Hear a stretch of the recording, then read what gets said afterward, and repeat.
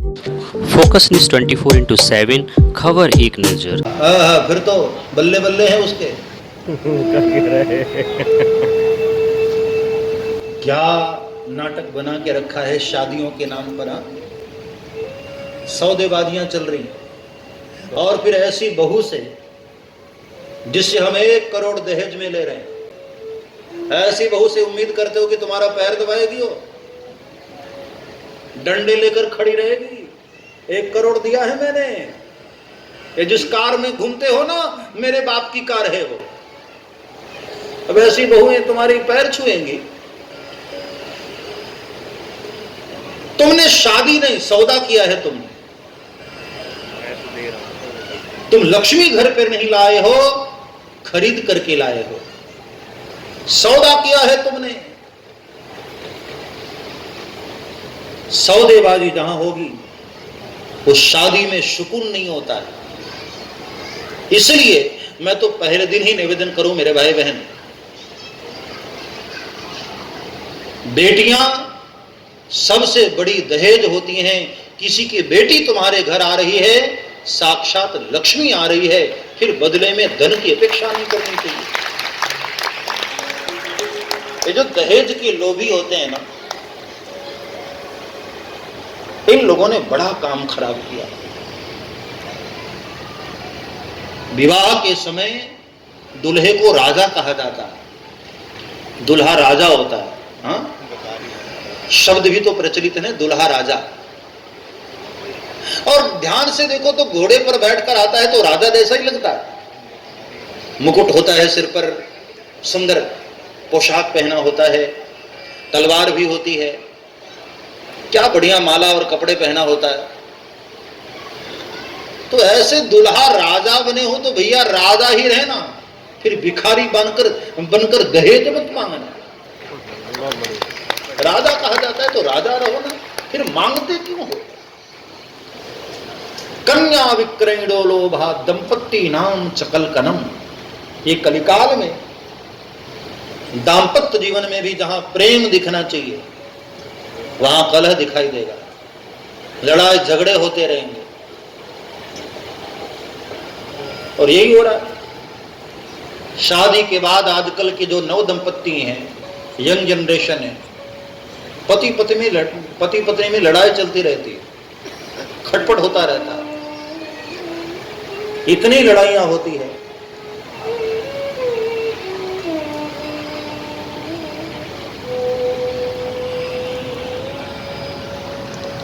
तो भक्ति मैया ने नारद जी से कहा कि बाबा, राजा परीक्षित के ही राज्य में तो कलयुग आया था ना, तो परीक्षित ने कलयुग को आने क्यों दिया, मार दिया होता।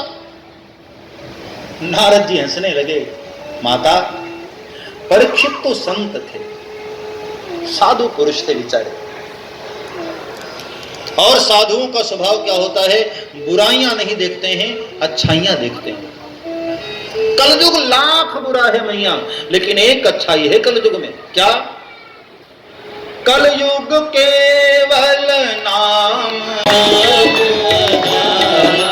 कलयुग केवल नाम आधारा, कलयुग केवल नाम आधारा, सुमेरी सुमेरी नर उतरहि पारा, सुमेरी सुमेरी नर उतरहि पारा, सुमेरी सुमेरी नर उतरहि पारा, सुमेरी सुमेरी नर उतरहि पारा, नहीं कली करम न भगति विवेको, नहीं कली करम न भगति विवेको, नहीं कली करम न भगति विवेको, नहीं कली करम न भगति विवेको, राम नाम अवलंबन रे,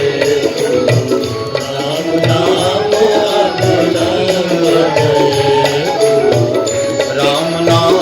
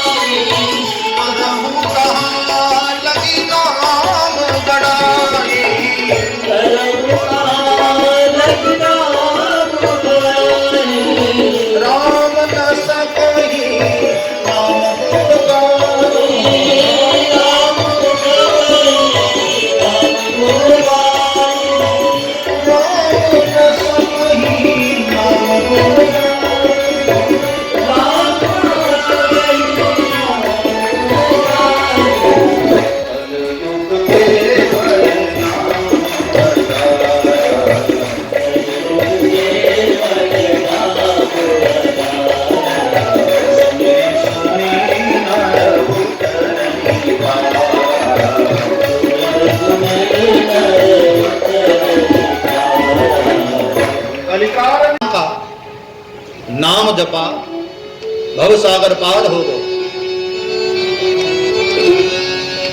गए भव से पार लेकर नाम तेरा, हो गए भव से पार लेकर नाम तेरा, हो गए भव से पार लेकर नाम तेरा, हो गए भव से पार लेकर नाम तेरा, हो गए भव से पार लेकर नाम तेरा, हो गए भव से पार लेकर नाम तेरा।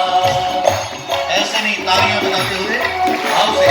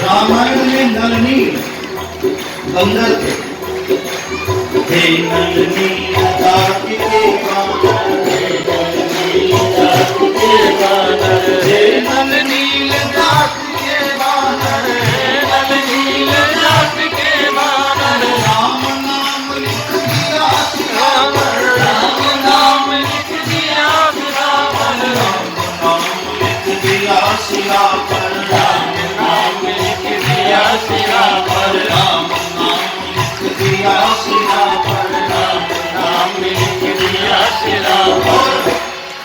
कर से तू बंध तैयार लेकर नाम तेरा, कर से तू बंध तैयार लेकर नाम तेरा, हो गए भव से पार लेकर नाम तेरा, हो गए भव से पार लेकर नाम तेरा, नाम तेरा कर नाम तेरा, नाम तेरा कर नाम तेरा, नाम तेरा कर नाम तेरा, नाम तेरा कर नाम तेरा, हो गए भव से पार लेकर नाम तेरा, हो गए भव से पार लेकर नाम तेरा, हो गए भव से पार लेकर नाम तेरा, हो गए भव से पार लेकर नाम तेरा।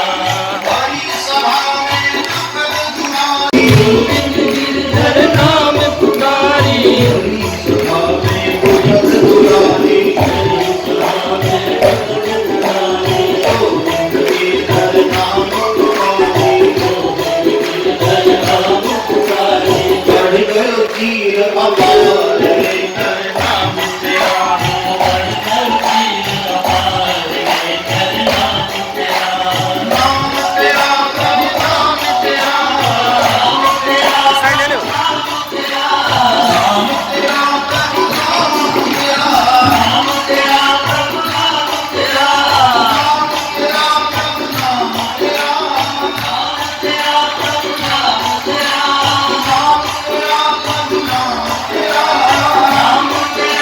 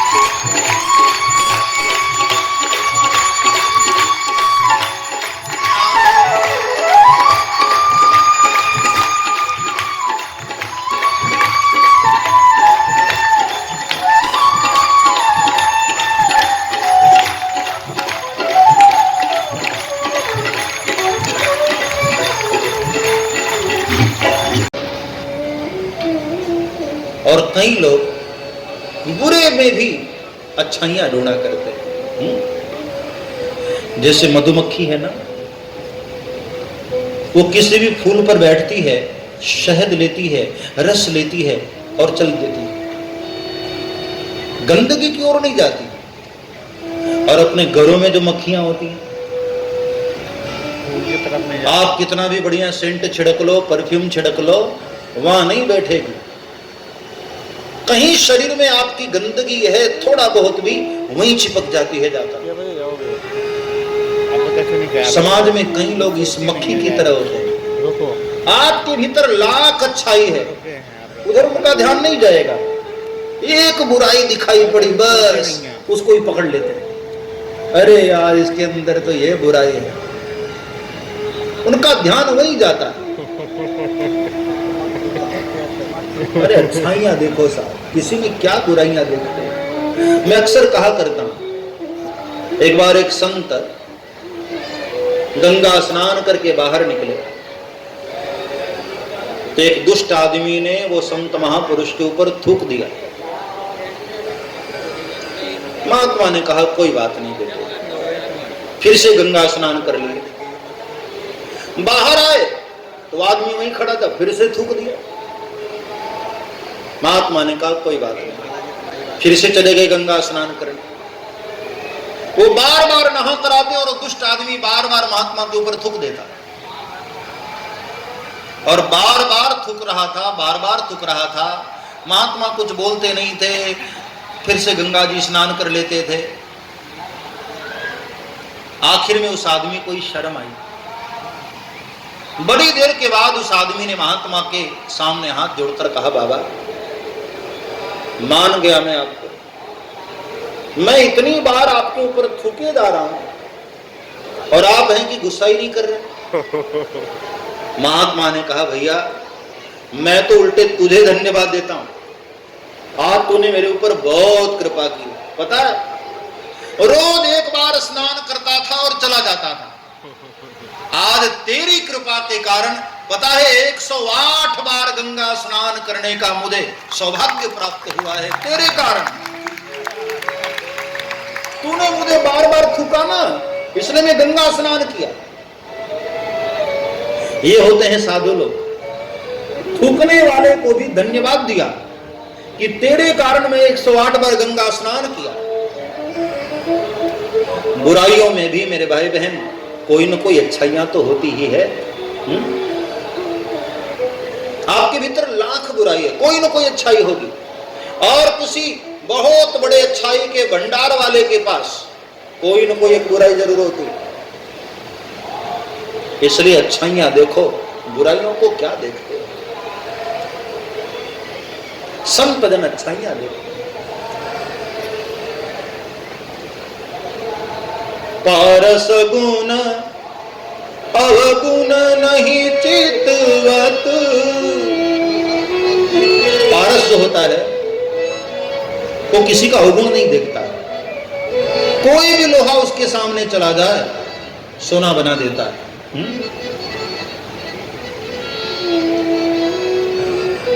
अभी कथा के आरंभ में आप लोगों को कहा गया था ना कि कोई न कोई महापुरुष बीच बीच में आएंगे। तो मैं आपको आज पहले दिन ही एक अच्छी सूचना दे दूं। 10 तारीख को, यानी परसों, आज 8 तारीख हो गई, कल 9, परसों की कथा में हरिद्वार से हमारे परम पूज्य योग ऋषि स्वामी रामदेव जी महाराज आपको दर्शन देने के लिए पधारने वाले हैं। ये हमारे सुधांशु जो द्विवेदी जी, जो कि नोएडा से यहाँ पधारे हुए हैं, आपके क्षेत्र के ही रहने वाले हैं,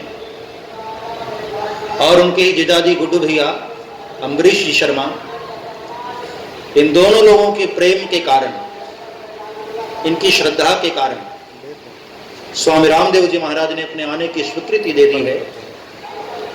और समय नोट कर लो, उस दिन जरा कथा 2 घंटे पहले हो जाएगी, क्योंकि उन्हें बहुत दूर से आना होगा और बहुत दूर उनको जाना भी होगा। तो परसों की कथा जो है वह दोपहर 2 बजे शुरू हो जाएगी और लगभग 1:15 बजे तक स्वामी जी यहां पधार जाएंगे। सूचना आ गई है उन लोगों की। उन्होंने भी कहा कि भाई मैं भी लाहौर का दर्शन करूंगा, लाहौर के लोगों का दर्शन करूंगा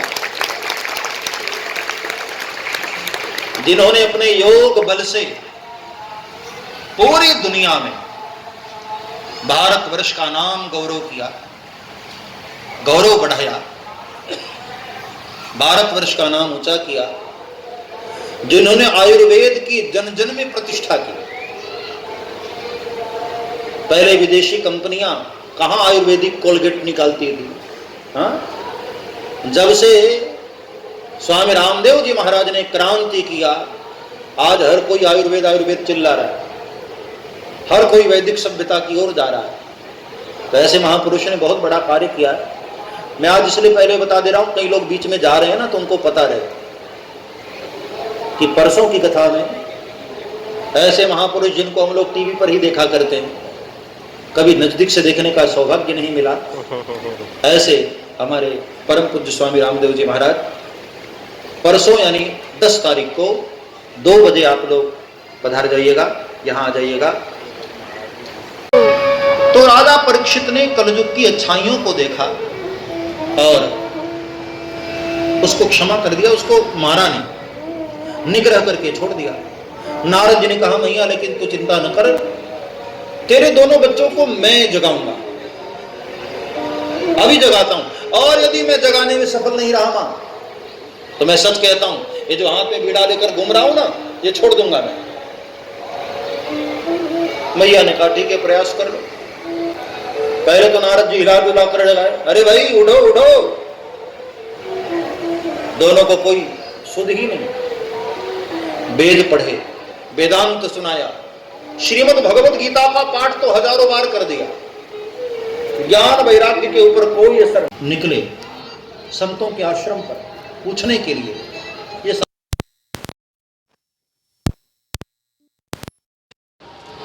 कहीं भी नारद जी को उत्तर न मिला। तब नारद जी पहुंचे हैं बद्रिकाश्रम, बद्रीनाथ में। वहां मुलाकात हो गई सनत कुमारों से। सनत कुमारों ने जो पूछा था ना कि इतने उदास क्यों हैं आप, नारद जी ने कहा भगवान मैं इसलिए उदास हूं कि ये जो आकाशवाणी ने सत्कर्म के विषय में बताया, वो सत्कर्म क्या है। ये सुनकर के चारों ऋषि हंसने लग गए। कहा नारद बैठो, मैं बताता हूं सत्कर्म क्या है। सत्कर्म सूचको नूनम ज्ञान यज्ञ स्मृतो बुधई श्रीमद् भागवतालाप सतु गीत शुका। हे नारद जी, श्रीमद् भागवत ज्ञान यज्ञ कर लो, यही सत्कर्म है। नारद जी खुश नहीं हुए। नारद जी ने कहा महाराज कैसी बातें करते हैं, वेद पढ़ने से जब कुछ न हुआ तो ये भागवत पढ़ने से क्या होगा। भागवत भी तो वेदों से ही निकला हुआ है ना। सनत कुमारों ने कहा कि बात बताओ नारद जी, आम का फल खाकर कोई सोचे कि भाई पेड़ कितना मीठा होगा, जब फल इतना मीठा है पेड़ कितना मीठा होगा, और फल छोड़ करके पेड़ चूसने लग जाए तो क्या उसको मिठास मिलेगी। पेड़ मीठा नहीं होता है लेकिन फल मीठा होता है। भागवत वेदों का फल है। वेद भले ही मीठे ना हो लेकिन फल मीठा होता है, और जो कार्य पेड़ नहीं करता है वो कार्य फल कर दिया करता है। घी से दूध बनता है, दूध से घी बनता है, और घी से दीपक जलता है। लेकिन कोई चाहे कि मैं दूध से दीपक जला दूं तो नहीं जलेगा। भले ही घी दूध से निकला लेकिन घी का काम अलग। घी से पूड़ी भी बन जाती है, दूध से बनेगी क्या। माताओं आज जाकर ट्राई करना, दूध से पूड़ी नहीं बनेगी। हाँ,